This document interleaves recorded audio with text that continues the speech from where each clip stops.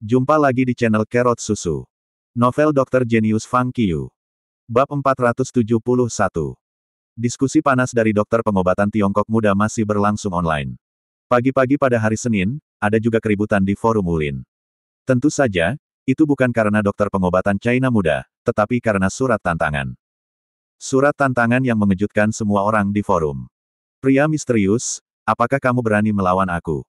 Itu diposting oleh ide di forum yang disebut King Feng Jian. Sudah biasa melihat surat tantangan di forum, tetapi jarang melihat seseorang seperti King Feng Jian. Di forum Wulin, agak umum melihat surat tantangan.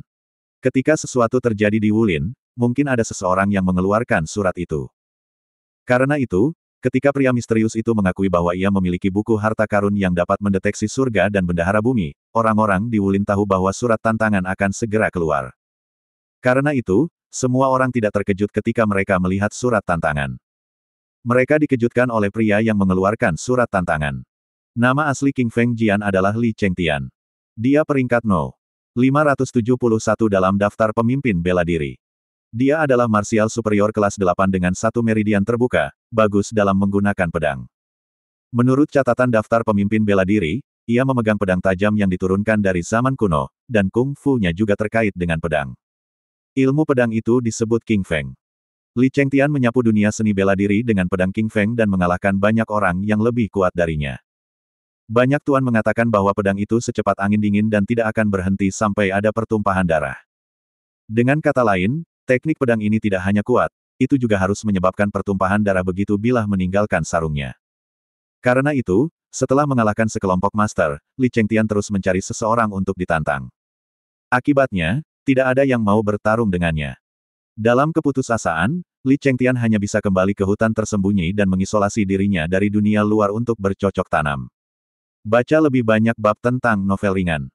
Jika seseorang melakukan perhitungan, mereka akan menemukan bahwa Li Chengtian tidak muncul di Jianghu selama 10 tahun. Tidak ada yang menyangka bahwa kali ini dia benar-benar tertarik oleh buku harta karun. Dia juga menjadi orang pertama yang mengeluarkan surat tantangan kepada pria misterius itu.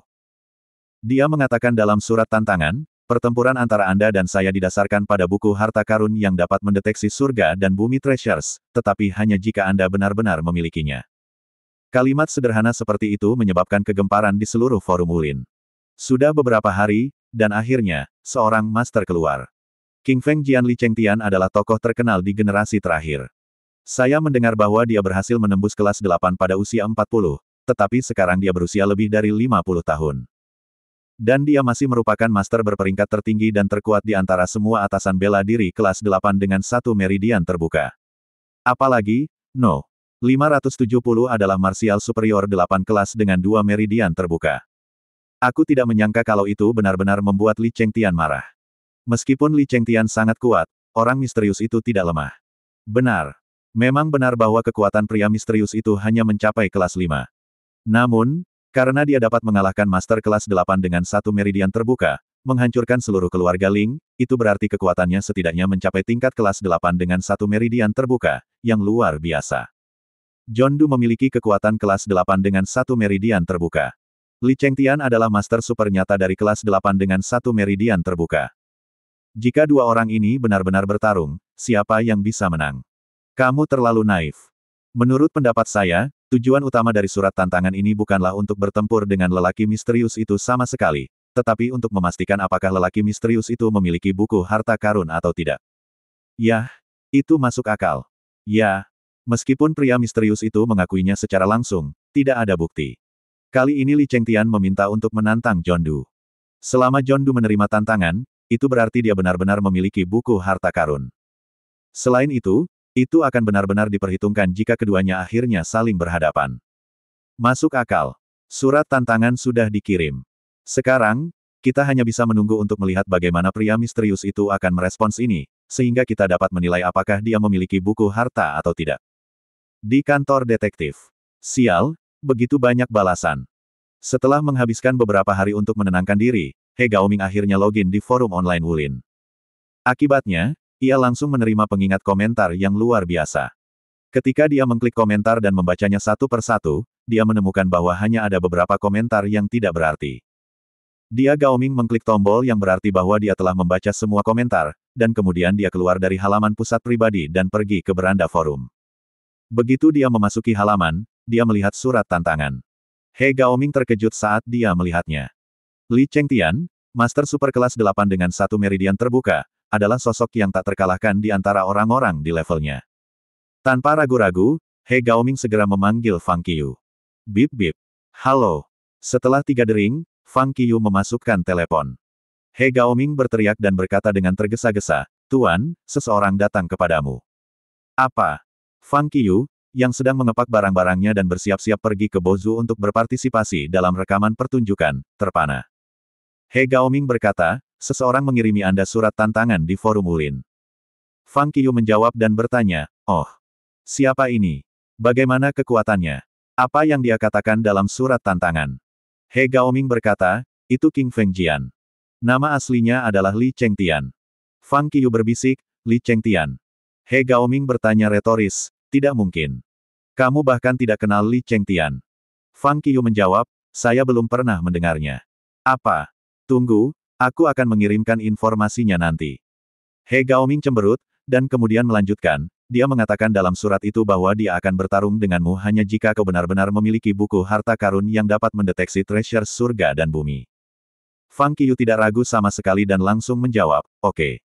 Anda mengatakan kepadanya bahwa saya akan menerima tantangannya, tetapi saya juga memiliki syarat." He Gaoming bertanya, "Kondisi apa?" "Harga tantangan, 10 juta. Fang Qiyu berkata, "Semua orang menginginkan buku harta karunku, jadi pasti ada syaratnya. Saya tidak bisa menerima tantangan dari siapapun yang menginginkan buku saya. Karena mereka ingin menantang, mereka harus membayarnya. Katakan kepada mereka, jika saya menang, tidak ada syarat. Dan 10 juta hanya digunakan untuk membeli tempat untuk tantangan." He Gaoming segera mengangguk, "Oke." Fang Qiyu menambahkan, "Jika dia setuju, aku akan melihatnya di kota Jiangjing Jumat ini, dan aku juga akan membawa buku harta karun bersamaku." He Gaoming mengangguk. "Oke, aku akan segera menjawab." Setelah menutup telepon, He Gaoming kembali ke forum Wulin dan langsung mengirim posting. "Jika kamu ingin bertarung, maka bertarunglah, tetapi ada satu syarat. Tidak ada gunanya jika aku hanya mengambil tantangan siapapun. Karena itu, saya bisa menerima tantangan ini, tetapi hanya jika Anda memiliki kualifikasi untuk tantangan terlebih dahulu." "Bagaimana cara mendapatkan kualifikasi untuk tantangan itu?" "Itu mudah. Anda perlu membayar saya 10 juta. "Betul. 10 juta, maka Anda dapat membeli tempat untuk tantangan. Jika kamu setuju, aku akan menemuimu di kota Jiangjing Jumat ini. Jika saya menang, tidak ada syarat. Jika aku kalah, aku akan memberimu buku harta karun. Jika ada orang lain yang ingin menantangku, silakan daftar terlebih dahulu dan siapkan uang." Namun, He Gaoming sebenarnya membuat pos yang seharusnya menerima tantangan sekarang terlihat seperti pos penjualan. Seperti yang diharapkan, segera setelah posting ini ditampilkan di forum, siapapun yang membacanya tiba-tiba terdiam. Meskipun tantangannya harus adil, itu terlalu banyak sehingga dia benar-benar membutuhkan 10 juta untuk tantangan itu. Apakah Anda menang atau kalah, 10 juta adalah milik Anda, yang berarti Anda akan mendapatkan 10 juta jika Anda menerima tantangan. "Oh, kamu pasti pengusaha. Sial. Apakah itu yang akan dilakukan oleh Tuan Yang Mulia? Mengapa tidak mengambil 10 juta sebagai taruhan? Jika Anda menang, Anda dapat mengambil 10 juta. Jika kalah, Anda harus membagikan buku harta karun. Itu akan adil. Apakah John Doe di sini untuk menghasilkan uang? Bagaimana perasaan saya bahwa John Doe tampaknya melelang hak untuk tantangannya?"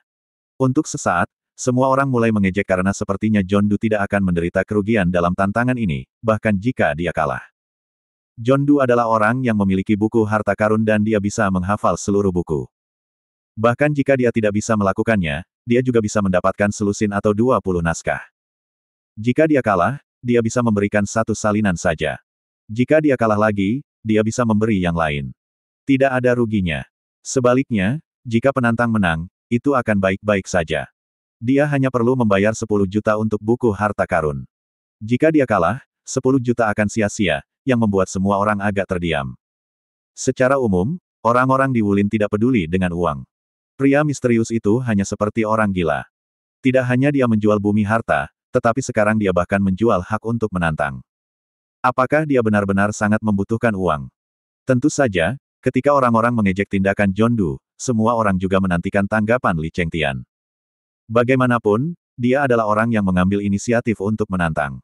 John Du baru saja mengemukakan satu syarat. Li Chengtian tidak akan menolaknya, kan?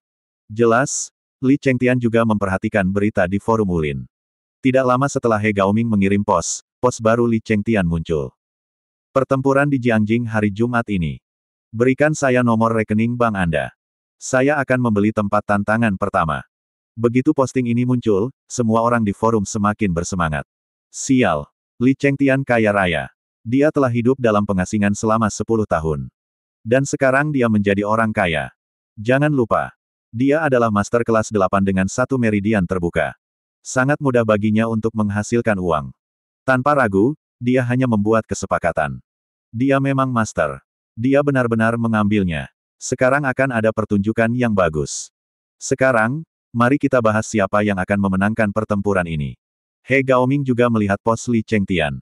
Tanpa ragu-ragu, dia langsung mengirim pesan kepada Li Chengtian secara pribadi dan memberitahu dia nomor rekening kartu yang dia berikan kepada Fang Qiu. 10 menit kemudian, Li Chengtian menjawab, "Oke." He Gaoming kemudian segera memanggil Fang Qiu. Dia berkata begitu telepon terhubung, "Tuan, Li Chengtian telah mentransfer biaya ke kartu yang saya berikan sebelumnya. Anda dapat memiliki cek." Setelah beberapa saat, Fang Qiu menjawab, "Ya. Saya sudah menerima uangnya." "Baik." He Gaoming mengangguk dengan kepuasan, dan kemudian bertanya, "Karena dia telah membayar biayanya, maka pertempuran ini diselesaikan." "Di mana lokasi pertempuran?" Fang Qiu berkata, "Katakan padanya bahwa aku akan bertemu dengannya pada jam 7 HAL. Di rumah Penatua Yi di kota Jiangjing." Mata He Gaoming berbinar dan dia langsung menjawab, "Oke." Dia tidak berharap bahwa Fang Qiu akan menempatkan tempat pertarungan di Istana Elder Yi. Ini adalah pertarungan antara pria misterius dan ahli super kelas 8. Jika seseorang bisa menonton seluruh pertempuran, dia pasti akan belajar banyak dari itu. Yang paling penting adalah Penatua Yi tidak akan pernah menolaknya. Di satu sisi, Penatua Yi juga ingin menyaksikan pertempuran tingkat ini. Di sisi lain, pertempuran ini juga merupakan urusan besar. Dia bisa menghasilkan banyak uang dengan menjual tiket untuk menonton pertempuran atau apapun. Namun, kalau terjadi sesuatu, He Gaoming menelepon Penatua Yi setelah menutup telepon. Penatua Yi sangat bersemangat dan berulang kali mengangguk setuju. He Gaoming kemudian memberitahu Li Chengtian apa yang dikatakan Fang Qiu. Li Chengtian juga menjawab sekaligus, "Aku akan ke sana tepat waktu." Terima kasih masih bersama channel Carrot Susu. Bab 471. Bab 472 episode keempat, memproses herbal. Di forum Ulin, pesan-pesan itu disampaikan dengan cepat. Setelah beberapa saat, pertempuran ini telah diselesaikan. Semua orang tidak bisa membantu tetapi berseru bahwa hal-hal terjadi begitu cepat. Meanwhile, semua orang di Wulin mulai menantikan hari Jumat ini. Banyak orang sudah memesan tiket pesawat dan tiket kereta api untuk pergi ke kota Jiangjing pada hari Kamis dan Jumat. Di sini, setelah Fang Qiu selesai berkemas, dia sarapan dengan Jiang Miaoyu, dan kemudian mereka naik kereta berkecepatan tinggi ke kota Bozu di Provinsi Huisu. Ketika mereka tiba di Bozu, Fang Qiu dan Jiang Miaoyu tidak langsung pergi ke hotel yang disiapkan oleh kru. Sebaliknya, mereka pergi ke pasar obat herbal Cina di Bozu, yang merupakan pasar obat herbal Cina terbesar di negara itu. Setelah berjalan-jalan di pasar sebentar, Jiang Miaoyu bertanya, "Apakah menurut Anda alasan mengapa kru meminta kami untuk datang ke sini adalah bahwa putaran ini terkait dengan ramuan ini?" "Ya, saya berpikir begitu." Fang Qiu mengangguk dan berkata, "Yang paling terkenal di sini adalah ramuan obat." Jiang Miaoyu bertanya, "Bisakah Anda menebak apa aturan babak ini?"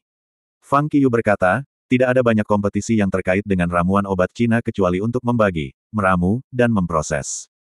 "Ya, itu yang saya pikirkan juga," Jiang Miaoyu mengangguk dan berkata. "Tapi saya pikir tidak akan ada pemrosesan. Ini bisnis dealer. Itu tidak ada hubungannya dengan pengobatan Cina tradisional." Keesokan harinya, semuanya sama seperti biasanya. Pada pukul 7 pagi, semua orang dipanggil oleh kru ke ruang konferensi besar di hotel. Semua orang duduk. Baca lebih banyak bab tentang novel ringan. Staf kru juga tiba tepat waktu. Semua orang ada di sini. Ketika Direktur Li Huawen memasuki pintu, dia melirik semua kontestan, tersenyum. Di matanya, para kontestan ini sama dengan peringkat, terutama Fang Qiu.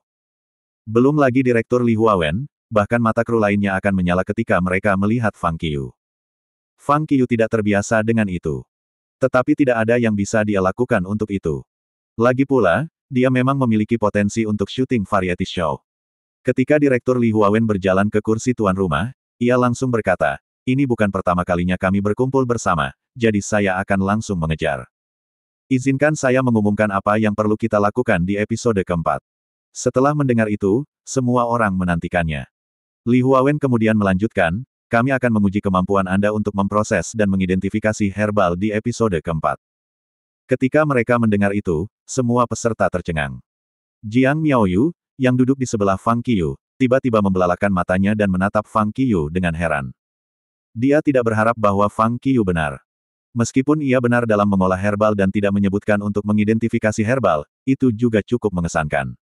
Pada saat yang sama, ada banyak kebisingan di ruang konferensi. Apa yang memproses herbal? Apa-apaan itu? Kami sama sekali tidak tahu bagaimana melakukannya. Bukankah itu terlalu sulit? Betul. Butuh beberapa dekade untuk mencapai prestasi kecil bahkan dalam keterampilan medis. Siapa yang punya waktu untuk belajar memproses jamu? Jelas, para peserta sangat tidak puas dan kesal.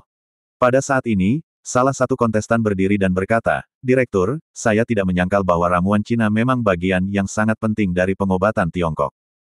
Jika Anda ingin menguji kemampuan identifikasi obat kami tidak akan keberatan. Tetapi mengolah herbal agak tidak relevan. Belum lagi masyarakat modern saat ini, bahkan ketika teknologi itu terbelakang di zaman kuno, sangat sulit untuk menemukan dokter yang dapat mengolah ramuan sendiri. Dan saat ini, ada ramuan obat siap pakai di mana-mana. Bahkan jika kita belajar bagaimana memprosesnya, kita tidak memiliki kesempatan untuk mempraktikkannya sendiri. Lalu mengapa kita harus mempelajarinya? Dan mengapa kita harus membuang waktu untuk memproses obat sendiri? Saat dia selesai, sisa peserta mengangguk setuju. Ya, babak ini tidak memiliki arti praktis sama sekali. Kita tidak akan membutuhkannya sama sekali bahkan jika kita mempelajarinya. Ketika kamu membuat obatmu sendiri, pasien sudah akan mati. Semua jenis pertanyaan datang satu demi satu. Saat ini, diam. Di sebelah kursi tuan rumah, Yang Juanyong, yang adalah seorang dokter yang sangat terampil, berdiri dan berteriak. Kemudian dia melirik semua peserta yang hadir dan berkata, bahwa kamu tidak tahu bagaimana melakukannya bukan berarti kamu tidak boleh mempelajarinya. Memproses ramuan obat Cina adalah bagian paling dasar dalam mempelajari pengobatan Tiongkok. Kalau tidak, bagaimana menurut Anda pengobatan China datang? Apakah dokter yang hebat, Senong, harus menunggu orang untuk memproses obat terlebih dahulu sebelum dia merawat pasien? Ketika itu keluar, semua orang terdiam. Mereka berpikir bahwa Yang Juanyong membuatnya menjadi rumit. Sekarang ada obat-obatan jadi, itu tidak ada artinya membuat obat sendiri. Sebagai dokter pengobatan Cina, apakah Anda benar-benar berpikir bahwa Anda tidak perlu tahu bagaimana memproses ramuan obat? Yang Junyong mendengus dingin dan berkata, apakah kamu tidak perlu mengerti dengan cara apa kamu bisa memproses obat yang memiliki khasiat yang lebih baik? Obat yang diproses dengan metode yang berbeda cocok untuk penyakit yang berbeda, tidakkah kau mengerti? Ketika mereka mendengar itu, semua kontestan terdiam. Memang benar bahwa metode pengolahan yang berbeda akan menyebabkan penggunaan yang berbeda dari ramuan obat. Misalnya, penggunaan pil obat dan bubuk berbeda, sehingga efek akhirnya akan sedikit berbeda. Yang Juanyong sekali lagi bertanya, apakah Anda pernah membaca buku medis terkenal seperti buku Guru Lei tentang pemrosesan? Kali ini, semua orang tidak mengatakan apa-apa. Namun, masih banyak orang yang tidak yakin. Menurut pendapat mereka, bahkan jika mereka belajar cara membuatnya, mereka mungkin tidak akan pernah memiliki kesempatan untuk mengolah herbal dalam hidup mereka. Apa gunanya? Karena mereka punya waktu untuk mempelajari pemrosesan, akan lebih baik menghabiskan waktu untuk mempraktikkan keterampilan medis. Yang Juanyong kemudian berteriak, siapapun yang tidak tahu cara memproses ramuan obat, angkat tangan. Setelah mendengar itu, orang-orang mengangkat tangan mereka sekaligus. Sepintas lalu, begitu banyak telapak tangan terangkat tinggi. Setelah melihat sekeliling, Yang Juanyong tidak bisa membantu tetapi mengerutkan bibirnya. Yah, seseorang tahu bagaimana melakukannya. Segera setelah dia menyelesaikan kata-katanya, semua orang menoleh untuk melihat keduanya yang tidak mengangkat tangan pada saat bersamaan. Salah satunya adalah Fang Qiyu, yang lain adalah murid Holy Dr. Chu, Luo Jie. Melihat mereka berdua tidak mengangkat tangan, semua orang kagum. Latar belakang Luo Jie sangat misterius, jadi semua orang tidak tahu banyak tentang dia. Tapi Fang Qiyu berbeda. Dia belum pernah belajar kedokteran sebelum sekolah menengah, dan sekarang dia hanya mahasiswa baru. Dia hanya mempelajari pengobatan Tiongkok selama sekitar setengah tahun. Bagaimana mungkin dia tahu cara mengolah herbal? Belum lagi yang lain, bahkan Jiang Miaoyu, yang duduk di sebelah Fang Qiyu, juga terkejut. Dia tidak tahu bahwa Fang Qiyu dapat memproses obat sama sekali. Selain itu, Fang Qiyu tidak pernah menyebutkannya. Saat Fang Qiyu dan Luo Jie menjadi fokus perhatian, mereka saling memandang pada saat yang sama. Fang Qiyu tidak terkejut dengan kemampuan Luo Jie dalam memproses obat. Bagaimanapun, dia adalah seorang murid dari seorang dokter suci. Akan sangat memalukan jika dia bahkan tidak tahu cara memproses obat. Namun, Luo Jie tidak bisa membantu tetapi kagum ketika dia tahu bahwa Fang Qiyu dapat memproses herbal. Itu masuk akal bahwa dia bisa memproses obat sendiri, tetapi bagaimana bisa Fang Qiyu melakukan itu? Dia pikir bahkan Su Miaolin tidak begitu pandai dalam mengolah herbal. Dalam pikiran Fang Qiyu, sosok pria tua itu muncul lagi. Penjaga Gunung Yaowang. Selama masa belajar dan bekerja di Gunung Yaowang, Fang Qiyu dapat melihat penjaga Gunung Yaowang membuat obat setiap hari. Pada saat itu, Fang Qiyu tertarik pada pengobatan, jadi dia mulai belajar pengetahuan tentang obat herbal dari penjaga sambil meminta metode pengolahan herbal. Karena itu, ketika mempelajari properti obat-obatan, budidaya, dan pengetahuan herbal lainnya, Fang Qiyu juga belajar metode pemrosesan obat. Pada awalnya, Fang Qiyu berpikir itu adalah sesuatu yang tidak akan digunakan selama sisa hidupnya. Tapi dia tidak menyangka bahwa itu berguna hari ini. Yang Juanyong berkata, Ini berarti masih ada seseorang yang dapat melanjutkan pengobatan Tiongkok. Setelah mendengar itu, semua kontestan tidak senang. Apa artinya ada seseorang yang melakukan pengobatan Tiongkok? Bagaimana dengan yang lainnya? Lagi pula, mereka juga adalah 30 teratas dari seluruh negara, dan semua orang memiliki harga diri mereka sendiri. Bahkan jika itu adalah seorang dokter yang sangat ahli yang mengatakan kata-kata ini, mereka masih sangat tidak senang dan tidak mau menerimanya. Meskipun mereka mengatakan bahwa mereka bisa, tidak ada bukti. Betul. Saya dapat mengatakan bahwa saya juga tahu cara mengolah herbal.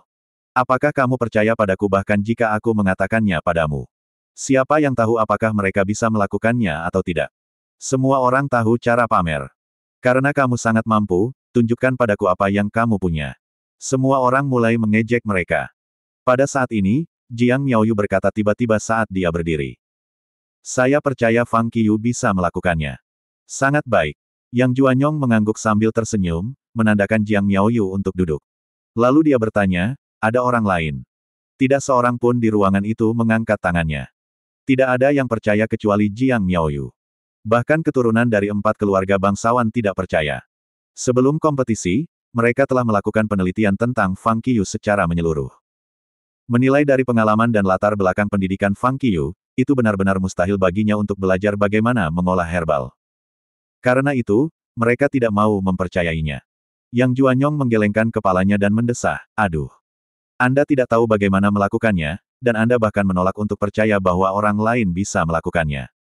Ini adalah sikap yang buruk. Semua orang mengerutkan bibir mereka. Bukannya mereka memiliki sikap buruk, tetapi mengolah herbal adalah sesuatu yang tidak bisa dilakukan oleh orang awam. Pak Yang, bukan karena kita tidak ingin mempercayainya.